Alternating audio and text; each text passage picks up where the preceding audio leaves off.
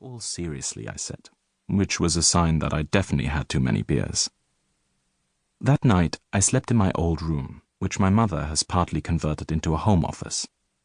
There were wall charts showing availability and training schedules for teachers under her administration, and, between them, pictures drawn by kids from her school, one of which I recognized as mine, your classic stick-legged, sausage-bodied horse ridden by an equally deformed figure in a cowboy hat. When I looked closer, I saw that either someone had shot an arrow into its head, or the horse had a horn growing from its brow. Cowboys and unicorns, I thought, as the beer carried me away to sleep. No wonder my father worries about me. I woke up earlier than I expected the next morning and took myself out for a run.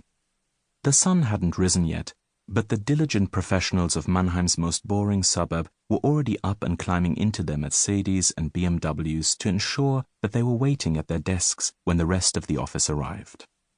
Some of them had thermal travel mugs containing the morning's second cup of coffee so they could finish it on the move. A Mercedes C-Class went past me with a forgotten mug still on the roof, the smell of coffee mingling with the exhaust. I watched with amazement as the mug stayed on as the car took a hard left. Perhaps it was magnetized. I ran on, wondering whether the mug would make it all the way to the office, coffee still in it, to provide a refreshing beverage for the startled driver when they got out. At the end of my parents' street is the wildlife park, which I've been using as a running circuit since I was 13. It's a mere 3 kilometers, a good distance if you're just looking for something to wake you up before breakfast. I was halfway around when I got a call on my mobile. It was the boss. It couldn't be good news for her to be up this early. "Tobias," she said, "where are you?" "I'm in Mannheim," I said, "on leave." "Not anymore," she said. "We have a possible infraction in Trier. Get over there and check it out. We should have an information package waiting for you when you get there." "What kind of infraction?" I said. "A suspicious death," said the director, "with unusual biological characteristics." "My favorite." "I thought you'd be pleased," she said. "Jump to it." "Yes, boss," I said, but I finished my run and had breakfast with my family first. Once I'd given up my dreams of being an astronaut at age 7, a professional footballer at age 9, and, in a final crushing of those dreams, a rock musician at the age of 14, I decided to be a policeman, like my father before me. I joined the Bundeskriminalamt rather than the Polizei Baden-Württemberg, so Papa wouldn't be able to order me about at work. Just so we're clear, he doesn't order me about at home. Mama does that to both of us. I ended up in the Abteilung KDA because I didn't talk myself out of it fast enough, and because the director has a vile sense of humor. I ended up learning magic because you can't trust the British to keep an agreement over the long term. Mama looked up from her breakfast and took the news that my visit was being cut short with a shrug. She said she hoped that I'd be able to come back again when the job was done. I know he claims to have been scrupulous about returning home on time, but she must have done this with my father at least a couple of times. It's the nature of the job.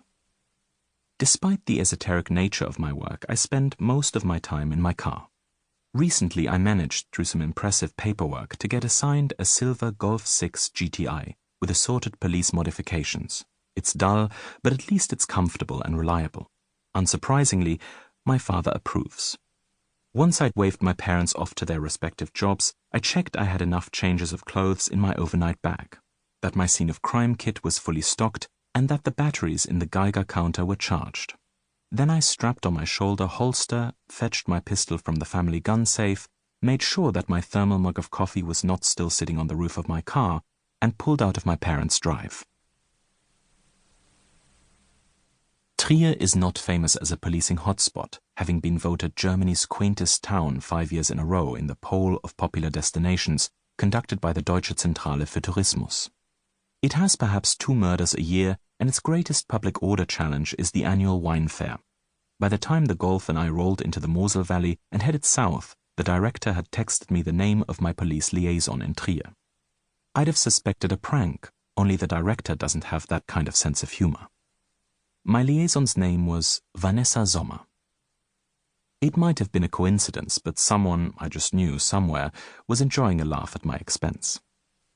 The Kriminalpolizei in Trier were located in an ugly office block right by the train station. Presumably, this was so the detective